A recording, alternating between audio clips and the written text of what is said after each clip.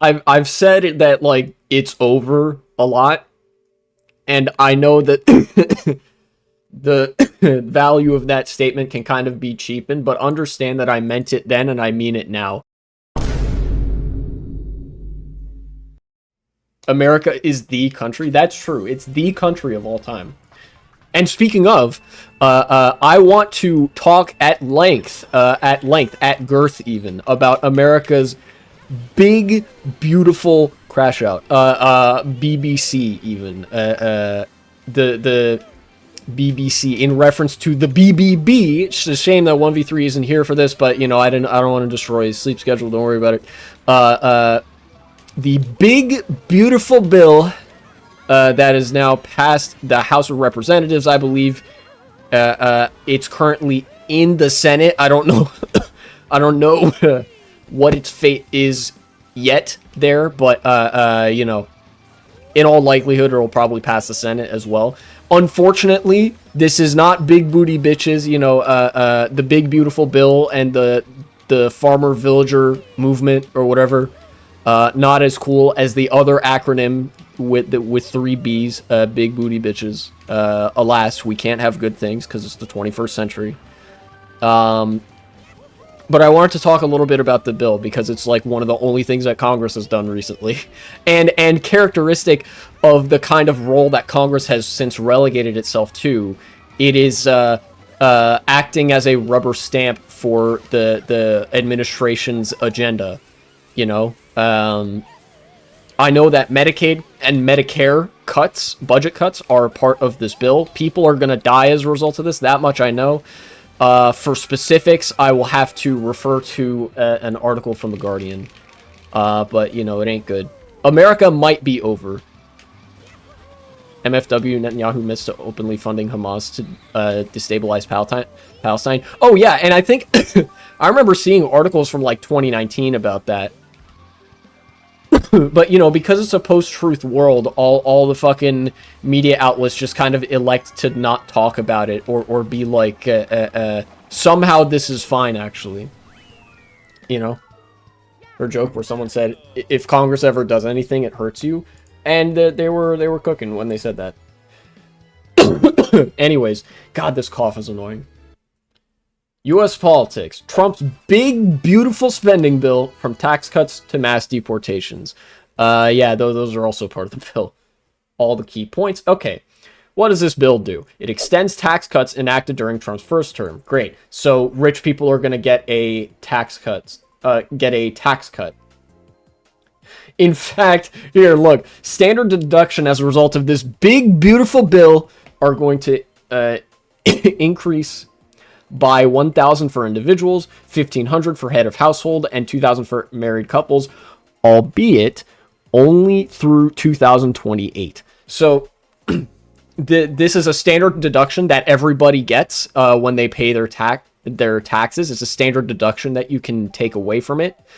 That's the tax cut that everybody gets, and this bill is like, yeah, we're extending those tax cuts through 2028. You know, except the rest of you, and by the rest of you, I mean like a handful of billionaires, you guys get tax cuts forever. The plebs get tax cuts for like a couple of years. And it's like $1,000, $2,000. That's yearly, by the way. That's the standard filing period for taxes. That's not even enough for 1 month's rent in most places in America.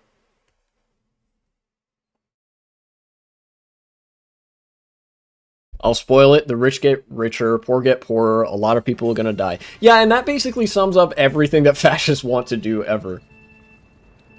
Array of new tax write-offs, but only while Trump is president. Yeah, the classic. Tax cuts, but only while I'm president. So all the economic consequences of reduced tax revenue get to roll in after Trump's term is done. When like, I don't know, the Democrats put up some milquetoast neo-lib to run things. And then on top of the economic fallout from that, there's also going to be the renewed frustration of know-nothing Americans who all of a sudden are paying like slightly more in taxes while nothing fundamentally changes, right? Like that's a part of this bill, just as it was a part of the 2017 tax cut package. Let's see. Expanded SALT deduction. That's another tax cut for state and local level taxes. SALT stands for state and local taxes. I don't know why they don't capitalize it there. You know, we used to be a real society. We fucking capitalize our acronyms. But whatever. And then, of course, it provides the bill provides funding. Because it's a congressional bill, it is legally authorized to provide and allocate money for things. The things that it does provide money for are mass deportations and a border wall. The border wall is just a dumb virtue signal. It's just throwing money down the drain, and then mass deportations are evil. But you know, if you look inside, if you look into the details of that, the logistics of building a border wall or doing anything at the border is going to involve the military-industrial complex. So this bill, in addition to you know, being a massive neoliberal austerity package and you know, having the mass deportations or whatever, it's also a massive giveaway to the military-industrial complex. You know, the Pentagon is you know, pretty happy with this because they get to spit their shit, basically. You know?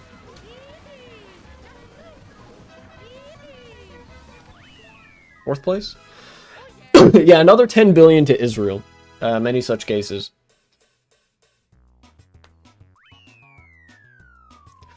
Let's see, money for mass deportations. As part of Trump's plan to remove undocumented immigrants from the country, ICE will receive 45 billion. It's actually 45 billion to ICE. You know, 14 billion for deportation operations and several billions more to hire an additional 10,000 new agents. Great, so we get more deputized brown shirts by 2029. More than 50 billion is allocated for the construction of new border fortifications. This is the money that's going to go to the military and industrial complex, which will probably include a wall along the border with Mexico. And immigrants hoping to claim asylum or otherwise seek relief through immigration courts will face a host of new fees that advocates say may keep them out of the country altogether, which is the goal. Remember, I talked about prevention through deterrence. This is a continuation of the incentive structures that are being built to be openly hostile to immigrants. It's not like they have a particularly easy time coming to America via legal means. Most of them have to sneak in. You know, they get turned away at ports of legal entry. May build that Great Wall after all. And yeah, and that's even the least meaningful part of it, at least at the face of things. Like I said, behind that is all the military-industrial complex capital that's going to be flowing around to get military contractors to, like, I don't know, over-engineer the shit out of a border wall so they can consume billions of dollars. And the Mexicans are going to pay for it? No, we're going to pay for it because that's Pentagon money, which means that's our money, actually. Much higher budget deficit. All these tax breaks and other spending will come at a massive cost, as is expected. Yeah, they're not like paying with paying for this with anything. Like this is just like throwing money in a black hole, right? Let's see. The Congressional Budget Office estimates the tax bill policy will add nearly $3.8 trillion to the federal deficit. And that's actually going to hurt for once. You know, I've talked about the deficit before and how the politics of the American debt and deficit are basically fake. Because insofar, like, as long as America was the global hegemon, we had unlimited leeway to go into debt infinitely to everyone because they all depended on us and we were so interconnected via trade networks. Like, we were so connected to the rest of the world, economically speaking, that it was in everybody's interest to, like, keep letting us borrow money and stuff. But now that America's been playing around with tariffs and kind of ruining our trade relationships for no gain, the deficit and the debt are actually going to have real consequences. Yeah, like back when the government was less insane, the deficit kind of didn't matter. But now that the government's insane, no countries want to do like business in American money or American securities anymore. Like, for shit's sake, there are even countries pulling out of U.S. Treasury bonds. You know how fucking insane a country has to be that their Treasury bonds aren't even like appealing for long-term investment? Like, shit is absolutely fucked, you know? And so when the United States approaches the debt ceiling, there is going to be newfound limits to what we're capable of borrowing, because the people who the people who lent us that money, that lent America that money, you know, the businesses, the governments, and whatever, are basically, they did so with the understanding that this would kind of secure a stable trade relationship with America. They kind of assumed that, like, okay, they're either going to be able to pay us back, or we're going to get a steady flow of interest money from this. And, you know, there's going to be some economic connections between us and America, right? But now America's, like, so fucking frothing at the mouth and unhinged that that's not even a sure shot anymore. You know, especially with Doge and Elon Musk having cooked the books so hard, the American government has started to cook its own books. Nobody wants to do business with that. That's like fucking financial crisis 2008-ass behavior, you know?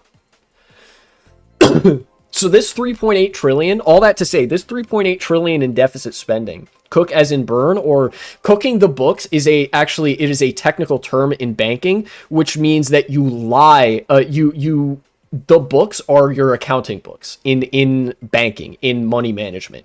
Cooking the books means that you lie about how much money you have at any given time. You're writing intentionally fake numbers into your accounting books to basically, like, sell yourself as having more money than you actually do. This is a crime. It's one of the few things that bankers have actually gone to jail for, is misrepresenting how stable of a business you are, how much capital you have on hand. You know? Governments have never done this. It's kind of hard for me to stress just how bad it is that the American government is engaging in shit that is so fraudulent it will even get private banks in trouble. Trump did with Mar-a-Lago, so surely he can do it with the government, right? Yeah, surely. Haha, clueless. You know, like, it's the standard of fraudulent behavior for, like, the scummiest banks in the world, and now there's the government of the, like, wealthiest nation state on earth is doing that, you know?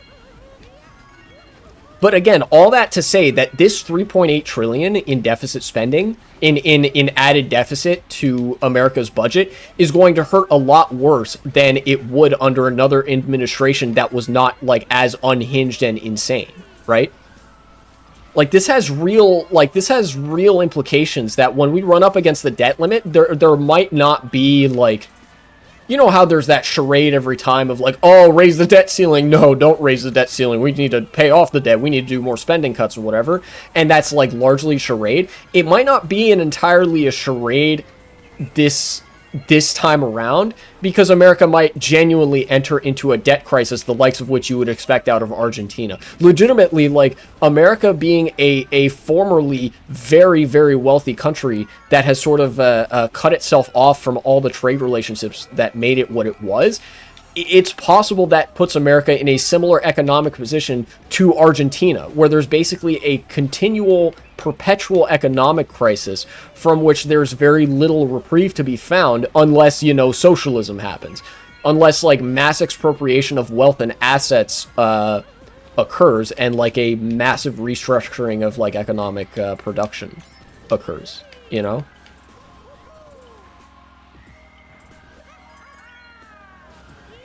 Government would rather die than have socialism, and that seems like what we're headed towards. You know? Massive economic collapse. It's just like every single thing is just one thing piling on top of another. Anyways, up next, another feature of this big, beautiful bill. Unfortunately, not the big booty bitches that I was promised when I saw the acronym of BBB. A potentially potent restriction on federal courts. Trump supporters routinely attack judges who rule against him, and the bill includes a provision that prohibits federal courts from enforcing contempt citations related to temporary restraining orders or preliminary injunctions. Hey everybody, it's Editing Y2K here. I realized as I was editing this that I talked a little bit about the provision against injunctions in the first stream where I talk about this big, beautiful bill, you know, quote unquote. I kind of forgot about the fact that I talked about this by the time the next stream rolled around. And looking back on it now, I feel like I wanted to keep the next stream in just because there are some very consequential things about this provision specifically being in the bill that I didn't really stress enough. I feel like there are some things that I didn't stress enough in the first stream, so you're going to see me talk a little bit about it here, and then the next stream is going to be its own section in this. Not the whole stream, mind you, but a decent chunk of it, where I talk more about the provision in the quote-unquote big beautiful bill that prohibits federal courts functionally from being able to issue injunctions and enables the federal government to ignore them. All right, now back to the video. Basically, they're passing a law saying that the courts can't do injunctions anymore because Trump, like, they were unsuccessful in arguing to the Supreme Court that courts shouldn't be allowed to, like, tell the government, no, you can't do that, actually, that's illegal. So now they're putting it in a congressional bill and trying to circumvent the judiciary that way. And if this law gets passed, the onus is now on a plaintiff to challenge the legality of this law. You know, basically, they are like, yeah, it's another one of those things where, like, they only have to win once. This bill would basically be like, it would further cement a unitary executive theory in that it would consolidate more power in the administrative branch while simultaneously neutering the ability of other branches of government to do anything to stop them, right? Yeah, crazy. A felon doing criminal activity in the government? That's crazy. Nobody can believe this. Anyways, at least one federal judge appears ready to issue such a citation in a high-profile immigration case involving the administration. I believe this... They might be talking about an injunction that already got issued. Let's see. Erwin Chemerinsky? No, maybe not. Maybe I'm thinking of a different judge. The dean of the University of California, Berkeley School of Law wrote that judges could get around the provision for future cases, but hundreds of existing court orders of all sorts, covering all sorts of subjects, including many lawsuits against Trump's policies, would become unenforceable. And that's the point. You know, neutering the executive or the judiciary in their attempts to slow down or otherwise deal with the executive. Became the very thing you swore to destroy? Not necessarily.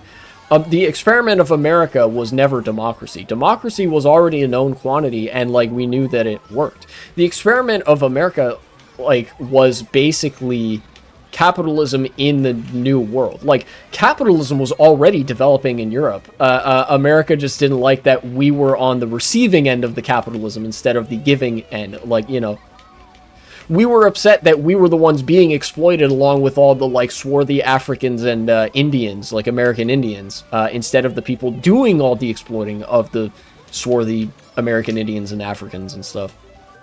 This is what happens when, like, there's no more room for capitalism to do things, you know? Like, basically, you know, it sounds rote, and there's plenty of people that have said this plenty of times apart from myself, but, like, this kind of fascism is all for the benefit of, like, oligarchs and the business class, like the oligarchical class that sits atop even the business class, because it's like, they basically, you know, ran out of things to exploit. So now capitalism is cannibalizing itself. It literally, it's like capitalism has run out of steam. So they're trying to create new steam by lighting the domestic political environment on fire. You know?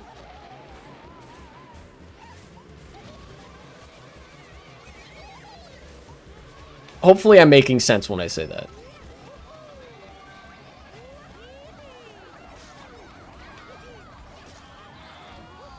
Holy shit, everybody's absolutely going through it at the finish line.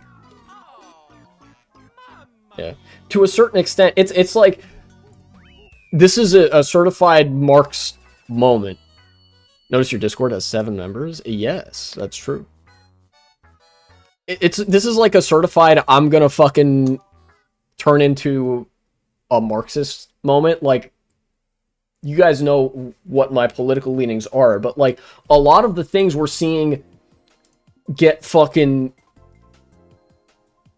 so bad that they come to a head effectively right like today are seeds that have existed since the inception of this country. Like these are phenomena that are like very, very deeply baked into a capitalist political economy, right? Like the consolidation of wealth and capital into the hands of private actors, it was always going to result in things going really bad in a manner reminiscent of this, you know?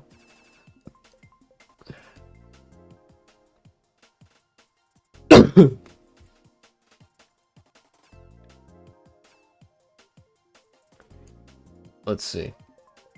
Transformed social safety net programs. Oh, transformed. How very centrist of you, Guardian. Republicans have attempted to cut down on the bill's cost by slashing two major federal safety net programs. Medicaid, which provides healthcare to poor and disabled Americans, and SNAP, food stamps.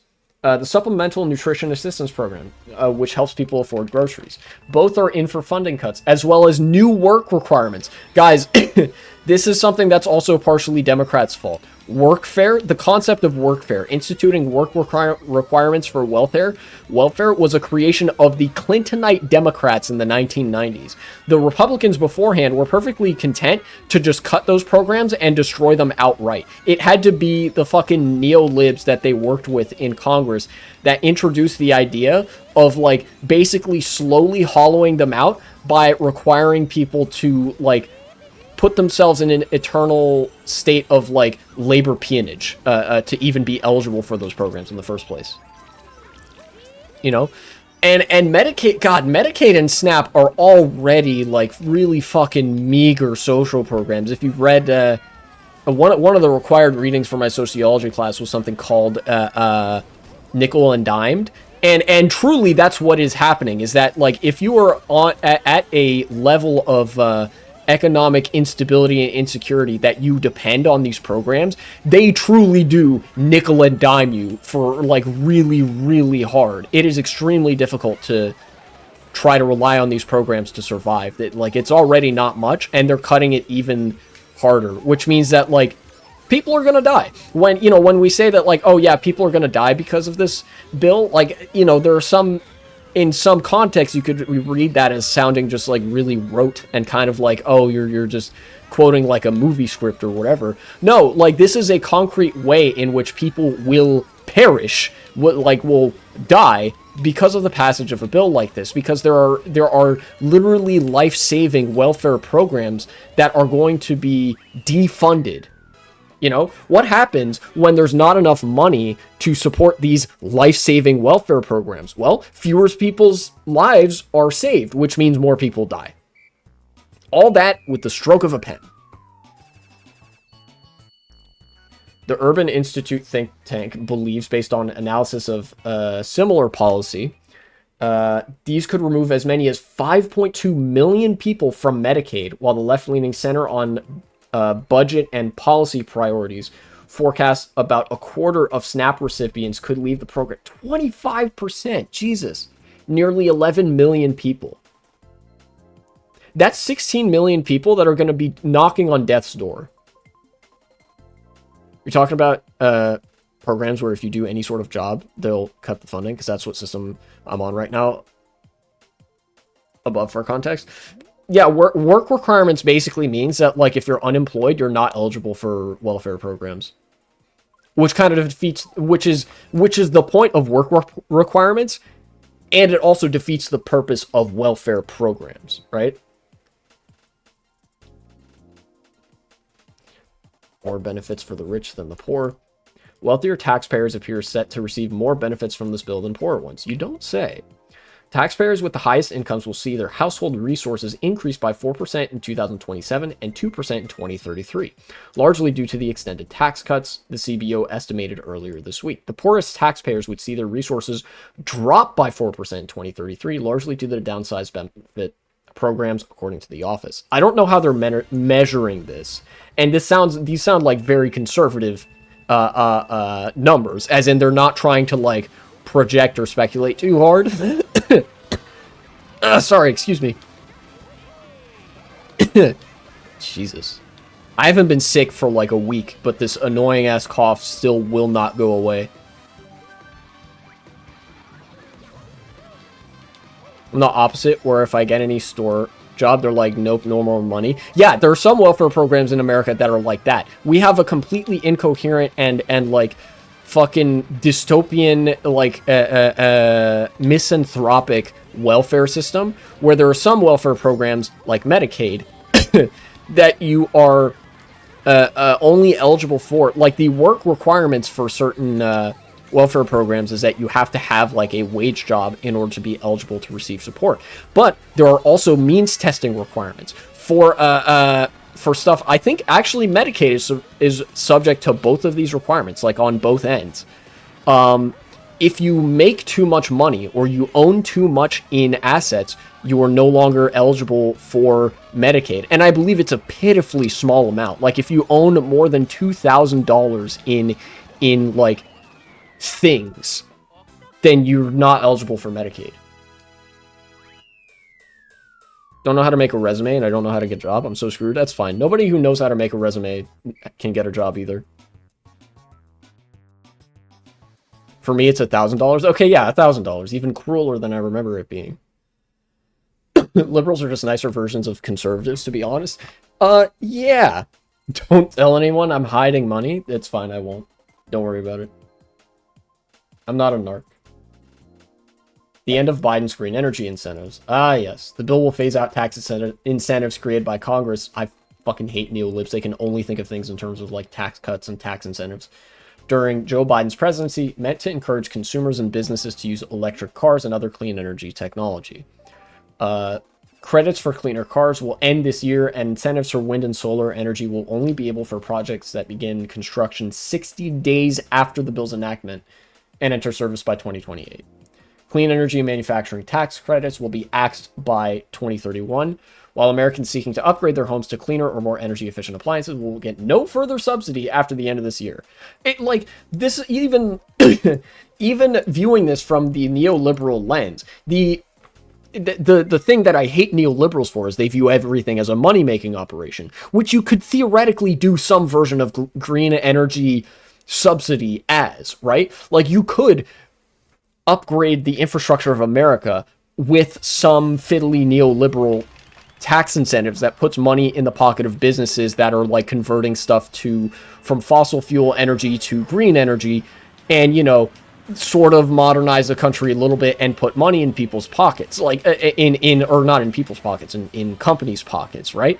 Of course, that was never going to happen because, you know, those companies are doing just fine on their fucking fossil fuel shit, and you know, their energy consumption and energy consumption needs kind of runs counter to that. But like, it's just it's just an opposition to anything good happening that is motivating this, right? Like, you can do something good in the like most evil corporate dystopian capitalism washed way possible, and that's still not good enough for conservatives, because that's the only, like, that's the most that Democrats are capable of, is this fiddly neoliberalism that's all about like beefing up the business class. It basically, the philosophy of the Democrats is effective altruism, is what I'm saying. But even that's not evil enough for Republicans. So they're like, no, actually, you're only allowed to, you know, no more subsidies for green energy. In fact, you're only allowed to build, like, I don't know, gas guzzling shit or something. That's not part of this bill. But it's the kind of logic that they're operating on, right?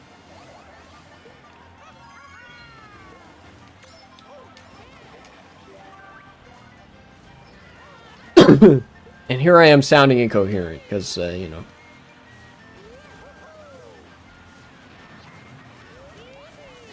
Third place. Gotta ask someone in Progressive Victory how to make a resume and see how it goes. Yeah, reach out to people that you know, or people you feel like could help you in the community. They view humans as literal tools. If you're poor, they think you're subhuman, which applies implies they view humans, which they don't. What? Oh, yeah, yeah, yeah. Yeah, I mean, it's a core part of the neoliberal worldview is to only view humans as a unit of production. And that transcends even socioeconomic policymaking. It goes down to the cultural level. There's a like cultural neoliberal rot that pervades throughout this whole country and to a lesser extent throughout the whole world, where people's usefulness and value, the value of a human life is measured in dollars, right? Like, and entire communities have been destroyed along those lines, you know? And they continue to be. Increased debt ceiling. The debt limit will increase by 4 trillion. Great. Predicted the government would hit the limit by August. Ooh. Ooh. Honestly, fuck it. Bring on the financial crisis at this point. Like, the quicker this system collapses under its own weight, the quicker there's some possibility of building a fucking better incentive structure from the ashes, basically. Because here's the thing, right? Like, we constantly talk about the economy as if everybody... There's the assumption that everybody's working a job and that job is, like, a 9 to 5, basically. Like, the standard assumption, even if you're working as a contractor or as a non-standard version of, like, an employee. But yes, for the people wondering, America is, in fact, over. It's been... I'd say it's been a good run, but, like, it kind of hasn't. Well, for some of us, it's been a good run. You know, the Socialists had a good run. The Black Panthers had a good run. You know. But now the fucking legacy of Lyndon Johnson and FDR is like hobbling along on its last legs. God, it's crazy how much the 20th and 21st century of the United States were carried solely by FDR and Lyndon Johnson. Like, all of the skeleton, the skeletal social infrastructure that kept America chugging throughout the 20th century and up until this point has been solely the accomplishments of the Roosevelt administrations and the Lyndon Johnson administration. And throughout the entire history of those programs existing, of those political initiatives existing, Republicans and businessmen and Democrats, the entire politically active and wealthy classes have been united, almost singularly so, in their opposition to anything good attached to the name Franklin Delano Roosevelt or Lyndon B. Johnson. Right? All the while, they recognize to have any success in subverting those political projects, projects of labor organizing, projects of social welfare, of accessible medical care, of college, right? In order to subvert that, they have to pay lip service to the things that they're destroying. And this is kind of the end state of that. They no longer feel like they have to pay lip service to the things that they're destroying because they're such shells of their former selves, right? And because they have basically unchecked power to destroy Medicaid, destroy Medicare, destroy, you know, the NLRB as well. I think I saw a the Supreme Court recently ruled that Trump does in fact have the authority to just fire all the directors of the National Labor Relations Board. Again, that's something that FDR did. He pressured Congress. He fucking strong-armed people. He threatened their like political careers and whatever to get the National Labor Relations Act passed in 1930, I think, 7. And as a result of the National Labor Relations Act, we got the National Labor Relations Board, which was the first time in American history that the working class has had an institutional inroad to the federal government. And now they're taking that away. All doing it while Trump has a fucking portrait of FDR in his office. Like, they're spitting on the legacy of whatever meager things that social democracy was capable of doing and did, like, actually accomplish in the time that it was, like, in its ideological prime, you know?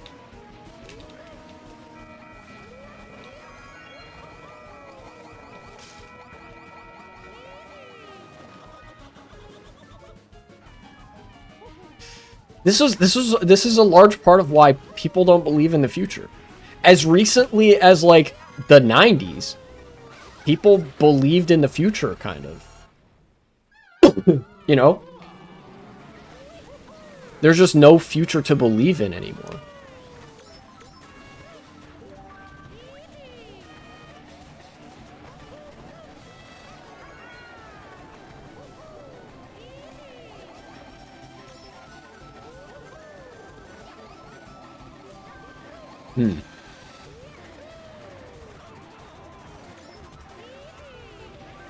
Yes, exactly what I wanted.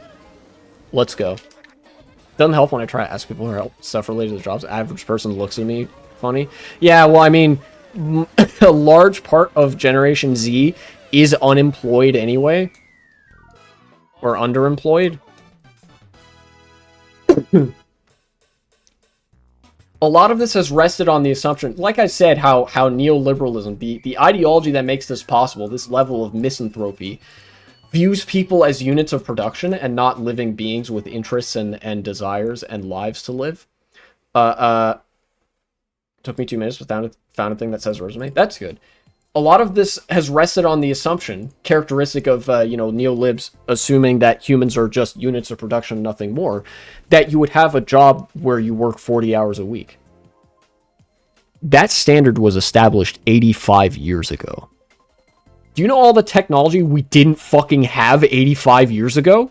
All the shit, like all the production that we couldn't do 85 years ago, all of the economic efficiency that has been wrung out of like whatever productive processes really exist over the past 85 years. America was still like a burgeoning manufacturing power when that standard was set. America was not even the global hegemon, like not even close, when the 40-hour work week was established as standard. And since then, we've almost exclusively gotten evidence every time that we have studied the effect of how much time people work in a week, that 40 hours is actually too much. Not just in terms of people's health, right? We know that 40 hours is an unhealthy amount of time per week for people to be working. You can work significantly less, or rather should be working significantly less to basically have like a life and energy outside of work. Like, we know that from studies, but we also know, again, from like studies on economic productivity, that the sort of quality of life does not meaningfully depreciate or change in any way if people work even half the time that they're working now. People could be working 20 hours per week or less and the same level of real production and economic activity could be maintained. It is purely because of some mindless adherence to the concept of like work as a virtue and work as like the sole purpose of human beings that doesn't happen.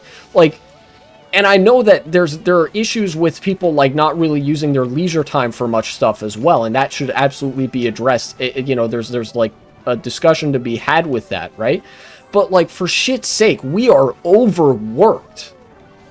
Like, people who work as Uber drivers or whatever, like people who work gig jobs or even a minimum wage job. God, it's fucking difficult for people to get minimum wage jobs nowadays.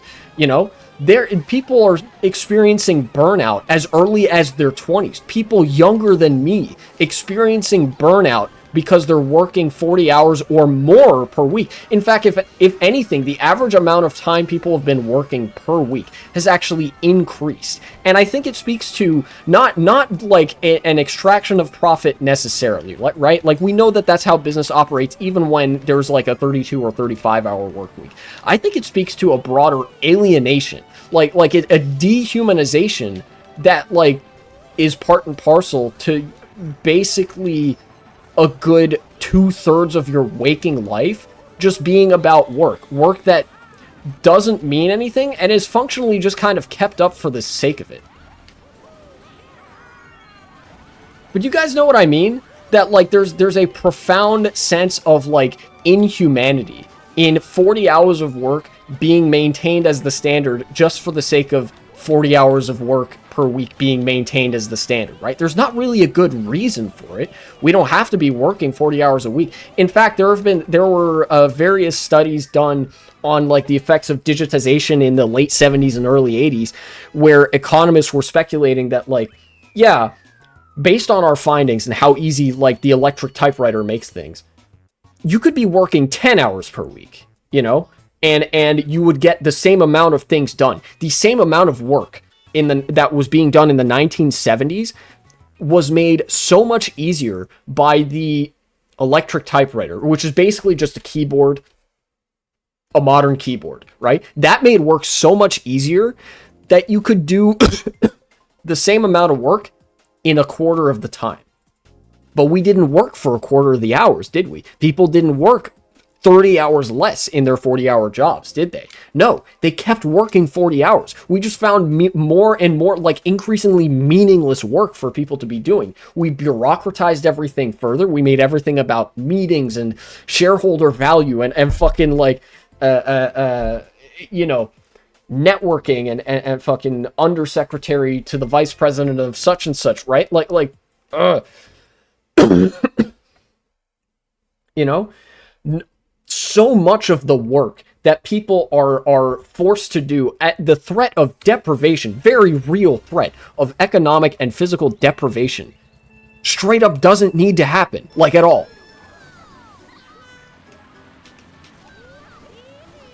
You know?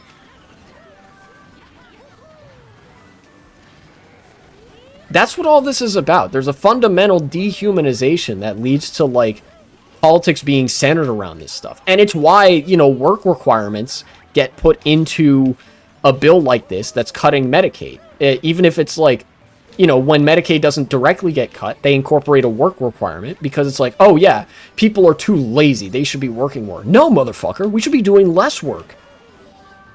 We should be figuring out how to fucking live our lives and not, like, you know, throwing it all down at the altar of business as usual. But that's what America's prepared to do.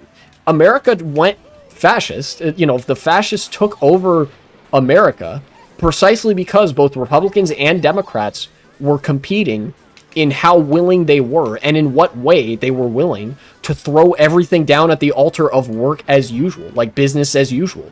Even in the meager labor rights advocacy and the meager, you know, union politics that we got from the Democrats while Joe Biden was in office, you know, the crumbs, even that was sort of like tainted by the assumption that, like, well, of course you're just going to work a 40-hour per week job with, like, standard benefits and stuff, right? Like, the fundamental nature of work has yet to change. It really needs to. You know, there's an underlying slavishness to work. If I'm to wrap up this segment, right? The big, beautiful bill. We've had too many big, beautiful bills. We've had too many BBBs. We've had too many farmer villager parties. We've had too many, you know, capitalists pretending to be socialists. We've had too many liberals saying we don't need to fundamentally change anything. We've had too many concessions to a class of people that fundamentally just hates all of us and life. We've had too many concessions to a system that fundamentally doesn't value human life as a concept, that doesn't value art or education or learning or all the things that make life interesting and fun. We've had too many concessions away from a fulfilling life. And this bill is, like, part of that, right? Oh yeah, it's not enough that people are already languishing in a state of poverty, hopelessness, and a wretched baseline existence. We need to make their life worse. We need to give even more tax cuts to the people that don't need any fucking money, and we need to gut the social welfare programs that poor people rely on for a basic subsistence level of life, right? We've had too much of that. And frankly, I think it's time for socialism. I think it's time for some big booty bitches. We need to get the better BBB in here, all right? Fucking, if this becomes a segment, I might make this into a YouTube segment. People, put in the comments, I'm ready, if you're fucking ready for the big booty bitches, all right? We need to enter the big booty bitches chapter of history, right?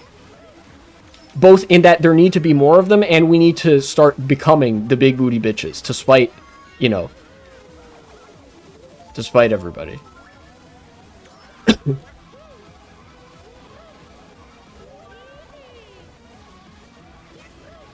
You know, because I guess this is kind of indicative of capitalism not just being a socio-economic phenomenon, but also being a socio-cultural phenomenon, and that's kind of what allows this to be considered just reasonable shit. Like this big beautiful bill. This is like not all that unusual for what Republicans and Democrats have both worked together on for decades. The only difference is that now it's like kind of Trumpified because they called it the big beautiful bill. Fuck that. Fuck the big beautiful bill. Give me some big booty bitches. Alright, that's enough. Future me, cut the segment.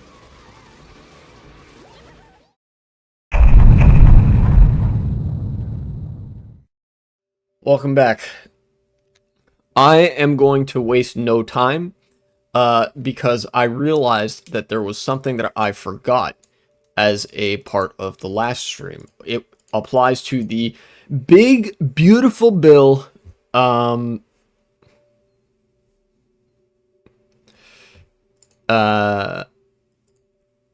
is worse than the rest of the stuff in an immediate sense. Or I don't know if you could really say worse, you know, don't compare two bad bitches against each other, right? But you know, I've said that like it's over a lot, and I know that the value of that statement can kind of be cheapened, but understand that I meant it then and I mean it now. And Gotron, it isn't just slightly more power either. Here we'll go to Newsweek, and I have some meta commentary on the state of the media landscape, because Newsweek is the only news outlet that is reporting this. Yeah, see, if you look, like, even after several days of this being out there, the only other news outlets I see even talking about this are the Daily Beast and USA Today. And then that's it. It's those two and Newsweek. Now, let me explain what I'm talking about, and hopefully it should raise some alarm bells why none of the media outlets have mentioned this. There was a, quote, hidden provision that was snuck into the bill. Newsweek title reads, hidden provision in Trump's big bill could disarm U.S. Supreme Court. A provision, quote, hidden in the sweeping budget bill that passed the U.S. House on Thursday seeks to limit the ability of courts, including the U.S. Supreme Court, from enforcing their orders. No court of the United States, this is the direct text of the bill, no court of the United States may use appropriated funds to enforce a contempt citation for failure to comply with an injunction or temporary restraining order if no security was given when the injunction or order was issued. The provision of the bill reads, the bill itself being over 1,000 pages long. This provision, quote, would make most existing injunctions in antitrust cases, police reform cases, school desegregation cases, and others unenforceable. Erwin Chemerinsky, the dean of University of California, Berkeley School of Law, told Newsweek, it serves no purpose but to weaken the power of the federal courts. Sounds like Supreme Court underestimated the power of lawyers. This isn't the power of lawyers. The Supreme Court are lawyers. The people that wrote this bill are psychopaths. You know, and there can be an overlap between psychopaths and lawyers, but there's only a couple fucking people in Congress that have law degrees, and they're not practicing lawyers. They're politicians. Effectively, to go back to recap what this provision means, it is not technically illegal for courts to issue national injunctions or injunctions against the federal government, right?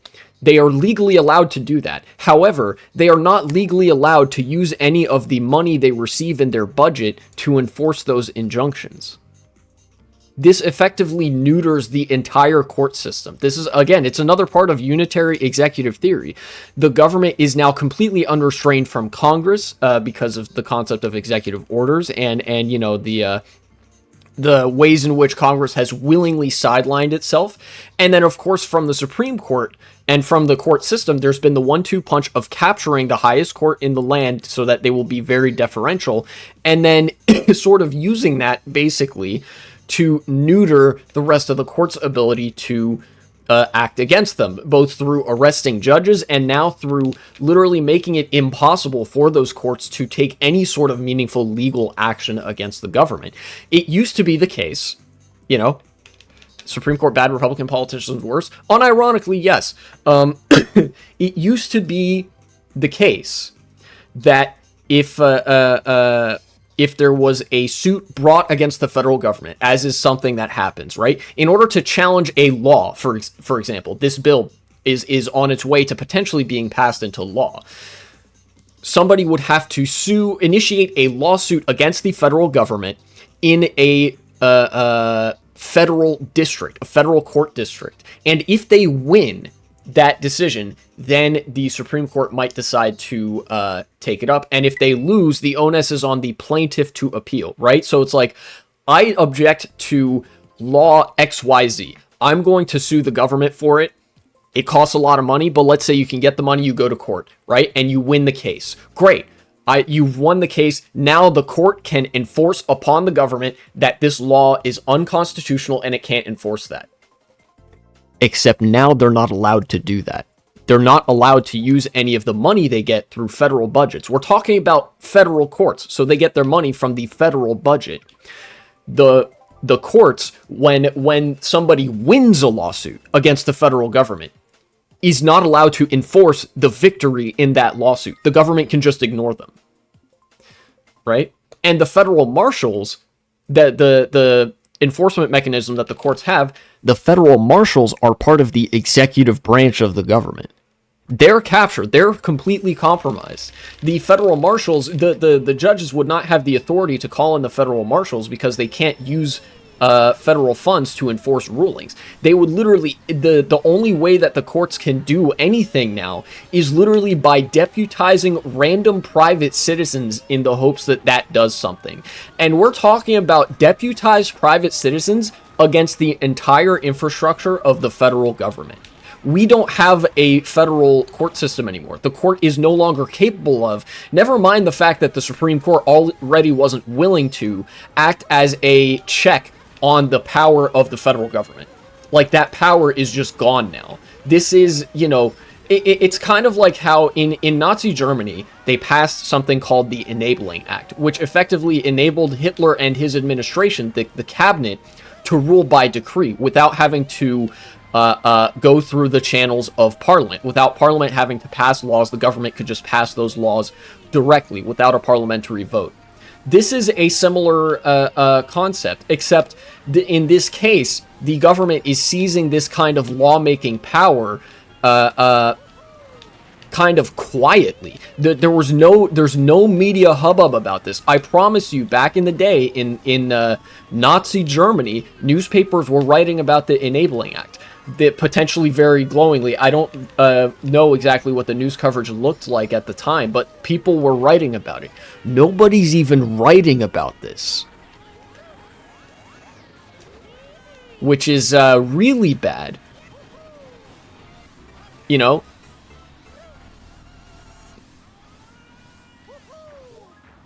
So effectively, this bill actually makes it so that for the federal government specifically, laws do not matter. The federal government can break the law, and it will be illegal to enforce a decision that, like, yeah, that's illegal, you can't do that.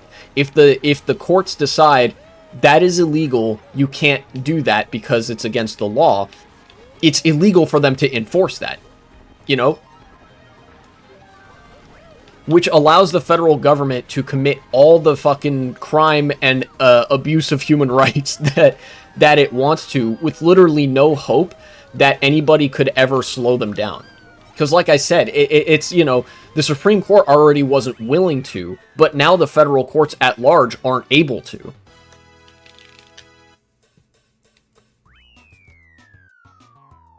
Big China W's because America is stupid. That's true. We'll get to that in a minute as well. But yeah.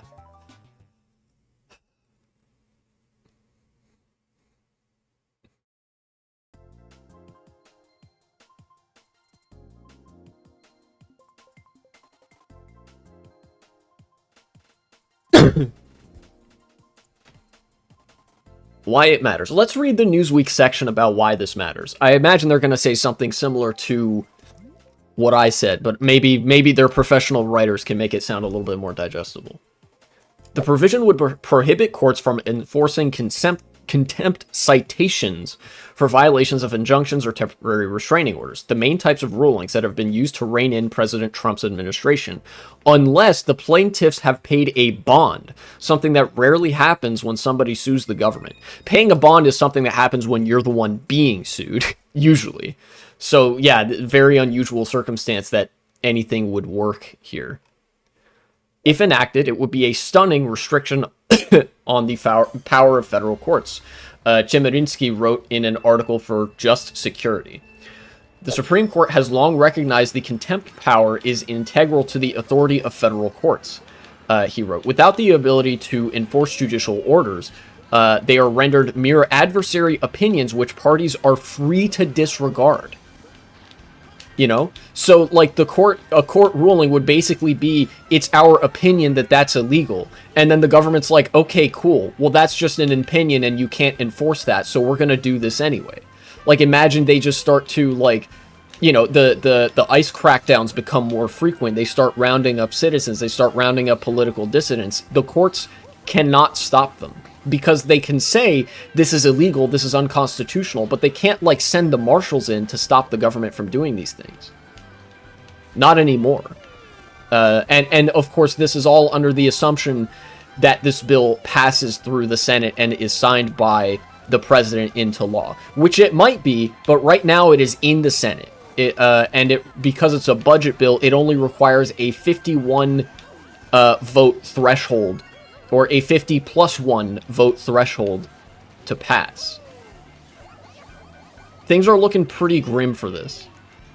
You know? Especially because, as per the rotating villain strategy, there always seems to be just enough Democrats to sell the entire country up the river, you know, sort of behind the party's back, supposedly, while Republicans do so openly and freely, you know? Remember Chuck Schumer with the other Democrats that voted to, like, give the government more budgeting power. You know, budgeting is something that specifically Congress has the authority to do, and the Democrats helped Republicans, a few Democrats helped Republicans to basically make Congress into nothing more than a rubber stamp. And now Congress is using what little power and authority it has left potentially to make the courts occupy the same space. You know? When I say America is over, you know, I mean it. Again, it sounds like hyperbolic, but, like, I meant it the other times that I said it, and I mean it now. Because, you know, there are dictatorships that have been very oft maligned that are more functional in a governmental sense than America would be should this bill pass, and even than America is right now. Like, record levels of dysfunction are happening right now, will happen as a result of this, and like, the corruption, the despotism on display, the ways in which people's lives will get worse in America if functionally the executive branch becomes the only relevant branch of government, will be biblical.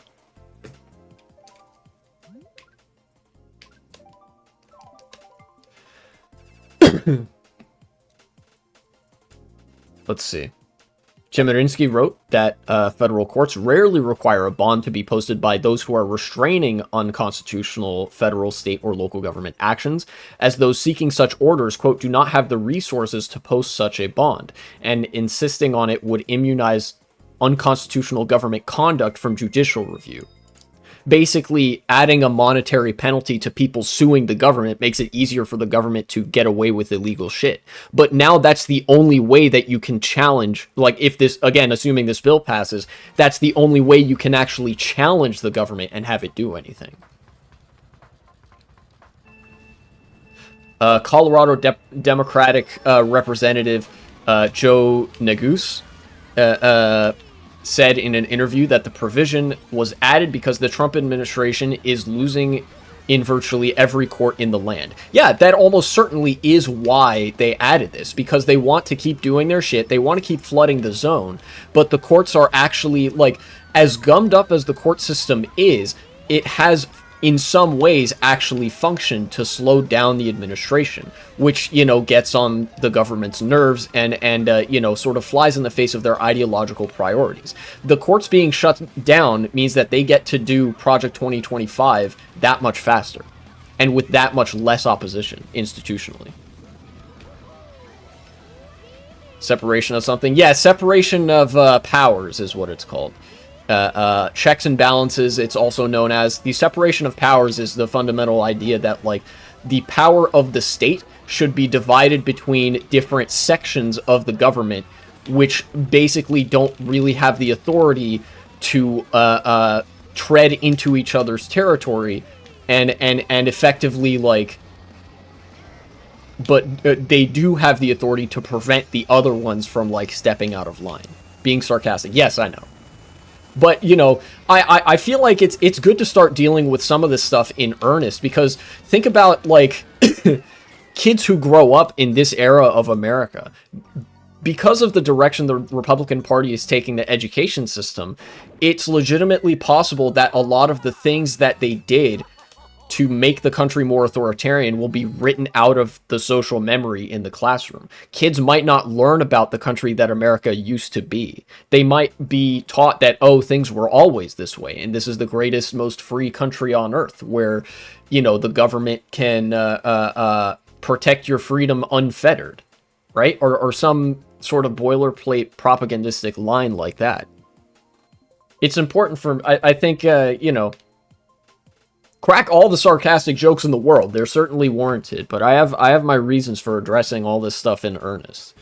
Because, you know, information's a valuable thing, and this is certainly part of, like, an information warfare campaign as well. It's not a coincidence that news outlets aren't talking about this, and it was hidden at the very end of a 1,000-page bill. The Republican Party and the capital class, their donors, basically the far right bloc, wants as few people to know about this as possible. And I will bet you my bottom dollar, I'm not usually a betting man, but I'm prepared to bet this, that the New York Times, the Washington Post, fucking CBS, NBC, ABC, all received some version of a top-down directive to do a media blackout on this story, to catch and kill it, or to just not run it if they have it, or something like that. Which is why you're only going to see it in the Daily Beast, USA Today, and Newsweek. These are not, like, big, like, massive publications. They're not, you know, small nothing burger newspapers, but it's, you know, it's pretty damn close. They're reputable in some fashion or another, but they're very small compared to most well-known media outlets. You know, nothing from the Boston Globe, nothing from the LA Times, nothing from, like, you know, New York Magazine, nothing. Absolutely nothing. And of course the right-wing, the conventional right-wing news media, the New York Post, the Washington Times, the, you know, Fox News, of course they're not talking about it because they want it to pass. Like, more straightforwardly, that's in their ideological interest for the court system to be fucking destroyed. So of course they're not going to talk about it. There's no way for them to talk about it and make it sound good. So they just don't talk about it at all. You know? Like, I'm positive some version of that is happening. And because you know, this is a socialist live stream channel, you know, imagine the shock of your average viewer. Guy who talks about radical politics is radical. That's crazy. It is also possible that this can be attributed in part, in some part, to an ideological failing of liberalism. That the most horrifying authoritarianism the modern world has literally ever seen is right in front of us, and liberals just don't know how to respond to it. So they kind of freeze in the headlights. Or in some measure, I'm sure something like that is happening, but it is 100%, you know, also involves top-down directives, because there's just no way to make this sound good. It's the reason they're trying to sneak it into a bill. Yeah, it's the reason that they like, snuck it into a budget bill. You know?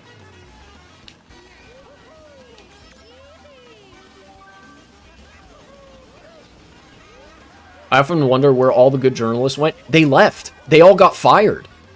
Do you guys remember at the, the access journalism problem has been getting worse for some time, because of the infrastructure that's developed around having access to the president, access to the White House. And that has sort of eroded the willingness of journalistic institutions to be critical of power in any meaningful sense. Not to mention that all these news outlets are owned privately and supported by a class of donors who are the power apparatus of this country. So, of course, it's going to be in their interest to sort of gradually screen out all the journalists that could be critical of them in their interests, right? That's one part of it. Another part of it is that, especially after the 2024 elections, we saw journalists being fired straight up by people like Jeff Bezos, receiving like orders all the way from the top. Don't be critical of Donald Trump. Be deferential to Donald Trump. News articles being edited after the fact to make Trump look good. This has been like a mounting series of problems for some time. There used to be competent journalists who cared about speaking truth to power in the news media. They're all gone. You think of the few journalists that do good work, they're independent. They operate outside of that private like ownership media framework for the most part. Think of like Aaron Reed, Alejandra Carballo, Ken Klippenstein, Ryan Grimm, Taylor Lorenz. They're not with the major news outlets. They're all doing their own shit. Sure, Ryan Grimm, is more or less with The Intercept. He writes for The Intercept. There's Drop Site and whatever.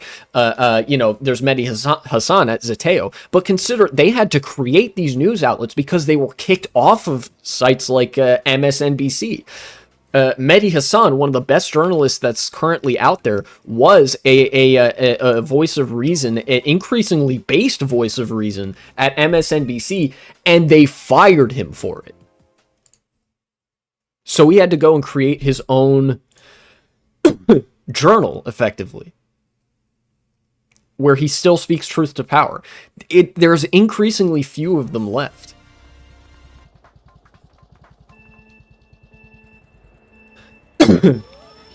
Let's continue with this Newsweek article.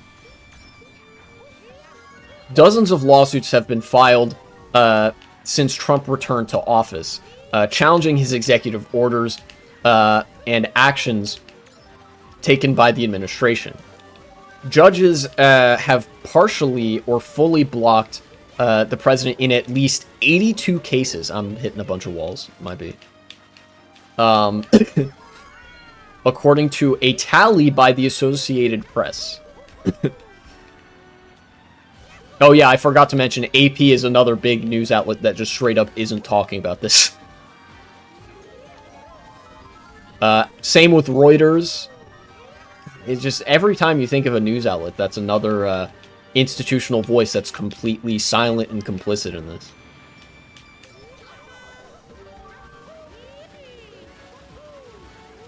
Let's see. 82 times defeated in federal court. El Bozo, so they just made it illegal for them to lose in federal court. Very nice. The administration has been pushing back against court rulings it doesn't like, with the president lashing out at judges who rule against him and seeking an end to nationwide injunctions. Yeah, I mean, to this end, they had already started arresting judges. Not necessarily directly for ruling against the administration, but for clearly for that as the real reason, but with other things as ancillary justifications. In this instance, this law makes it so they don't need to do that. The courts are just no longer of concern to them. Dang. Didn't make it up top. That's unfortunate.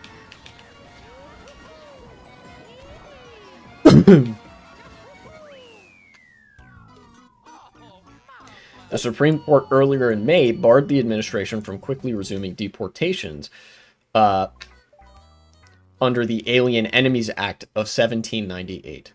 Meanwhile, U.S. District Judge Paul Azinis has expressed frustration that the administration has yet to provide information that adequately explained how it was complying with her order, upheld by the Supreme Court, to facilitate the return of Kilmar Abrego Garcia. He's still in El Salvador. He's still rotting in Sikot. The most innocent man in America is still rotting in a gulag because the administration just didn't feel like bringing him back. And because they sent him there in the first place, because they hate you. And last month, another federal judge said he found probable cause to hold the administration in criminal contempt after ignoring his order to turn around planes carrying deportees to El Salvador. District James Judge Boasberg said he would initiate hearings and may refer the matter for prosecution if the administration does not act to remedy the violation. The administration has also removed immigrants against court orders in other cases.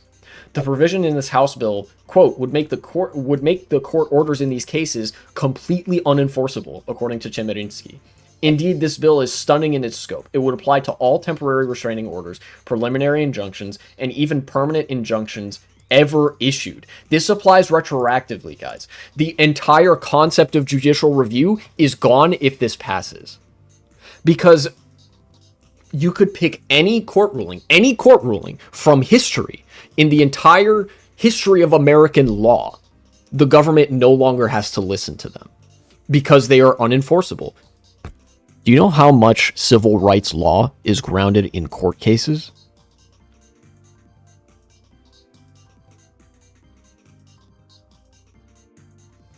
Basically, the entire foundation of gay rights in this country, queer rights, is grounded in case law, not in congressional law, case law.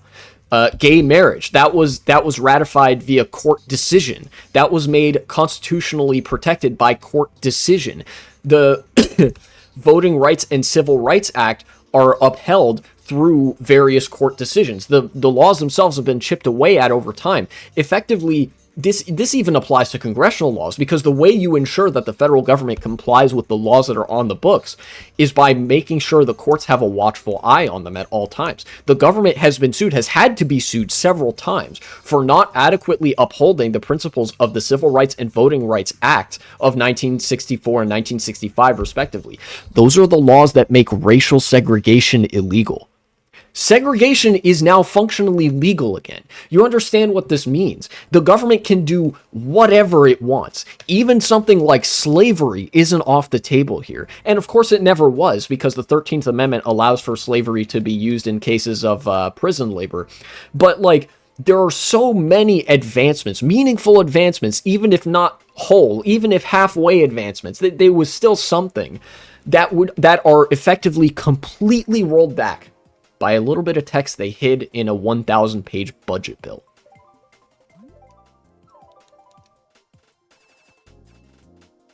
And that's what I mean when I say that America is kind of like Jover. It's over. It was a good run in some ways. In others, it really wasn't a good run. But,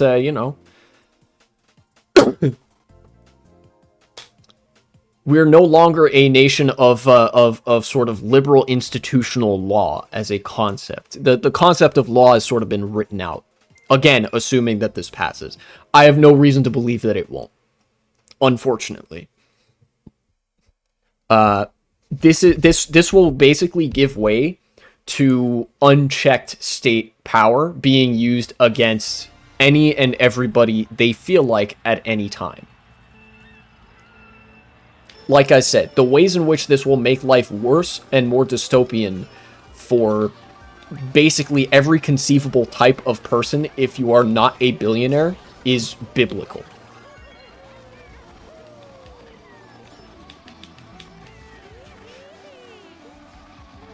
And I'm going to get to the end of this article, and I want to introduce some sort of a sort of caveat, so that nobody in my chat decides it's a good idea to whack themselves, because it's still not. This is why we get upset about all this, is because fundamentally we view life as worth living, and we're upset that this will make life harder, but that doesn't mean we think life is just not worth it anymore.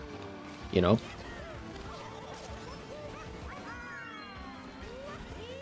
We get upset because we care enough to get upset, right? So we should keep being upset.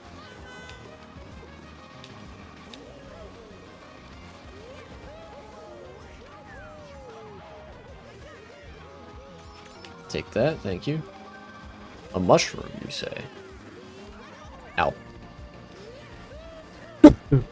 They're gonna blame us for not warning them? Oh yeah, I fully expect, to the extent that, you know, normie libs exist after all is said and done, once this sort of second Bronze Age collapse passes us by, I fully expect normie liberals to both say, how could this happen, and also blame the left when we were the ones, like, screaming our fucking heads off about it for years, you know?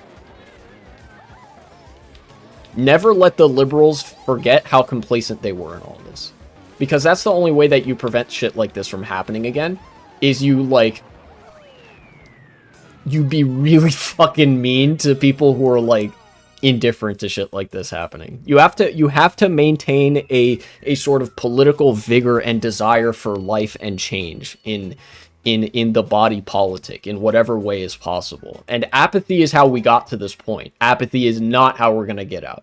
The sort of idle I told you so-ing isn't gonna work. We need to be meaner in telling the liberals we fucking told you and you didn't believe us.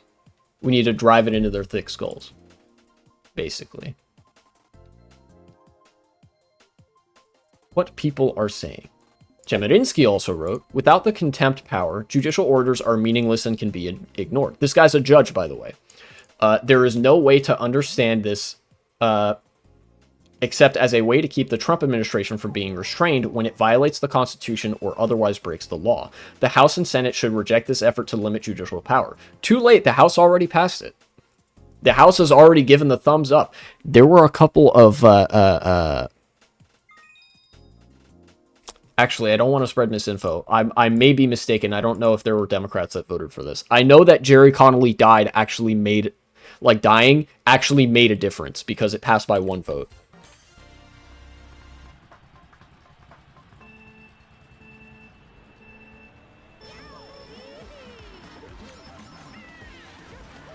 It passed 215 to 214. I don't know if there were any Democrats that sort of that sided with Republicans on this, because if there is so much as a single Democrat that voted for this bill, and even in the event that there wasn't a Democrat that voted for this bill, I consider the Democratic Party as complicit in this. They are complicit in the decline that got us to this point. They are complicit in the attitude of fucking disdain and hatred for their own political base of support that led to them keeping geriatric skeletons like Jerry Connolly in office because it was his turn or something like that, resulting in a 1-vote gap that allowed this bill to be passed. There are so many things that I will forever blame the Democratic Party for in this instance. And of course, the Republicans I am treating here as a raging fire that consumes anything alive in its path. They are a force of nature that is incapable of doing good. Meanwhile, the Democrats are the ineffectual Roman firefighters who are running an extortion racket to maybe put out the fire if they feel like it. And they never do.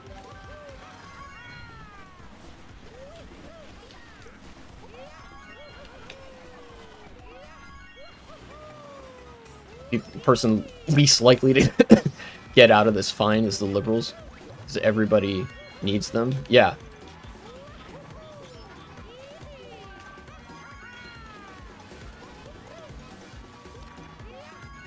I think I'm gonna get first here. I got first.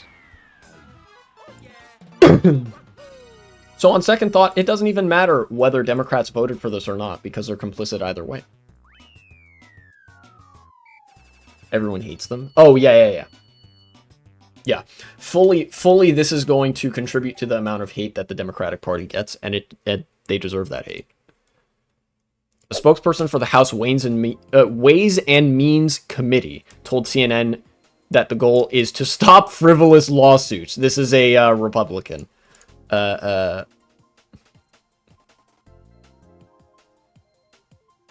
There's this Representative Nagus from Colorado, again, saying, like, they're doing this because they're losing in court, so they want to stop losing in court. They'll just eliminate the courts. Robert Reich, former labor secretary and a professor of public policy at the University of California, Berkeley, and also an economist. Robert Reich, very active on writing, his Substack. He's doing what he can. Posted on Substack that the hidden provision makes Trump king. He wrote, "No Congress and no court could stop him. Even if a future Congress were to try to stop him, it could not do so without the power of the courts to enforce their hearings, investigations, subpoenas, and laws. What can you do? To begin with, call your members of Congress and tell them not to pass this bill." And of course, that is something that you can do, and you should do that. Yeah, stop useless lawsuits, like, upholding human rights. And I feel like well, more than I feel like. I know for a fact, this law, or soon-to-be law, potentially, was not Trump's brainchild. Trump likes to be a big boy that makes deals and stuff like that. But Trump isn't smart enough to come up with something this devious that would fucking cut the courts out of the equation entirely. Are you in the Progressive Victory Discord? Yes, I am. This has to be the brainchild of somebody else in the administration. Like, the administration is full of Nazis. Like, Trump is arguably the least evil person in his own government. Just because he's too dumb and, like, too much of just a senile old man to really give that much of an active shit about making everybody's life worse, He even let slip that the new tariffs that are coming up weren't exactly his idea, that, like, he was suggested them from somebody else.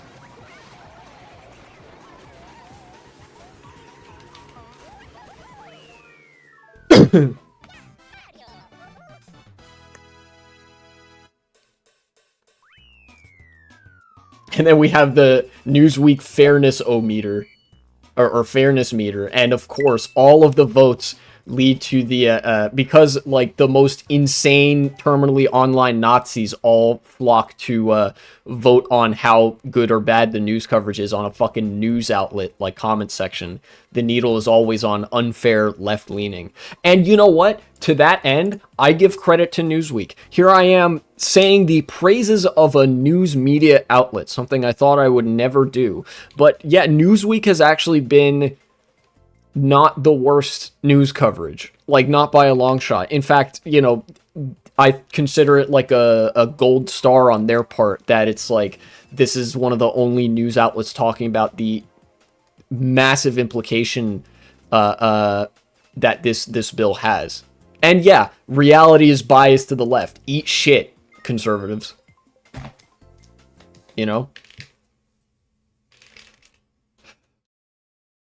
But now to that caveat. I sort of talked about this earlier. Is America over? Yes. Is life still worth it? Also yes. We are potentially, using my, archaeology brain, I can deduce expertly. There are conditions at work today that are somewhat reminiscent, I would say, of broad patterns that were happening to bring about what we know as the Bronze Age collapse. The Bronze Age collapse was basically a multinational, like, interstate collapse of the body politic in a way that sort of erased documentation for a while. Like, we call it the Bronze Age collapse because it was truly a comprehensive sort of collapse, But people lived during that time period. That's why we know anything about it. People lived through the Bronze Age collapse as it was happening. There were people there to, recount what happened afterwards. Sure, like, every major empire and state basically crumbled to dust. But in the aftermath of the Bronze Age collapse, there was still a society to worry about. And there was still life to live. And I feel like the same thing is going to be happening here. It might not be a multinational collapse. We might see a global economic collapse because, the United States has been extremely volatile And, you know, as we all know, volatility is very good for the stability of global economics, especially when it's coming from the largest economic bloc in the world.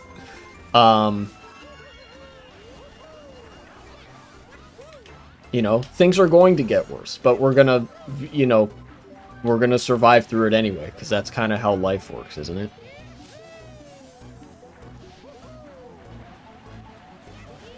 Trying to make America look like it's stuck in early 2008. You know, I think there's more truth to that than maybe you realize. We never recovered from 2008. The crisis never stopped.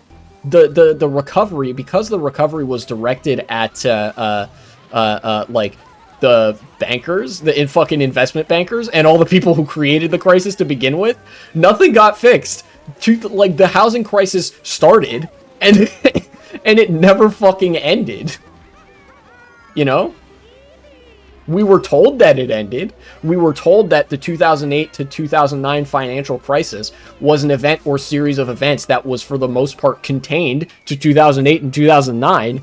But no, it never stopped. All of the economic crisis sort of elements, all of the individual economic factors and material factors that you could label as the component part of a larger crisis that were present in 2008 are still present today. None of them have been addressed.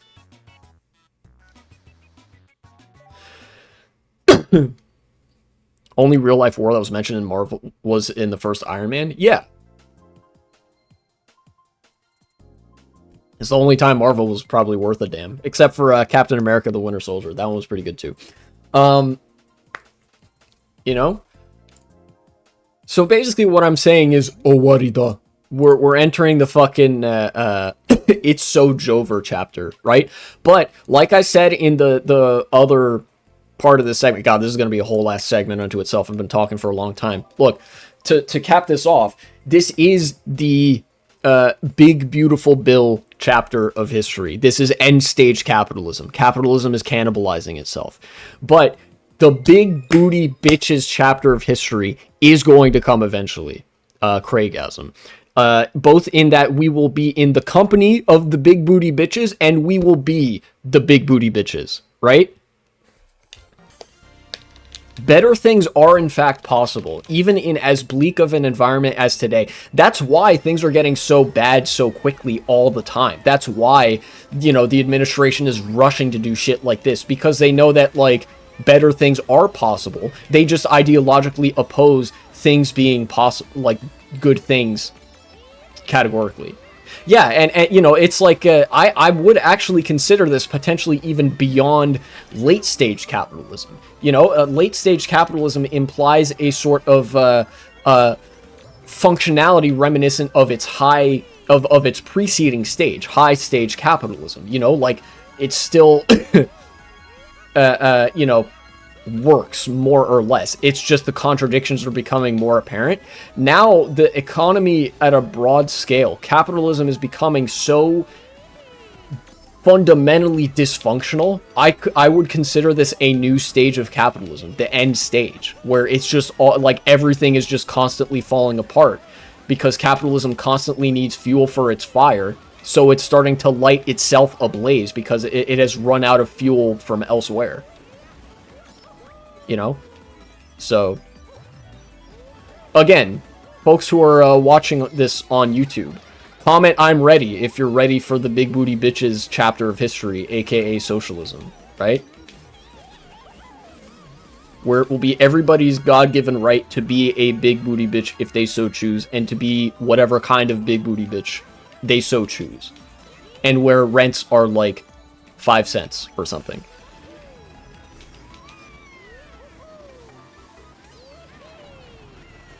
Future me, cut the segment. Thanks for watching, and support the channel if you would be so kind.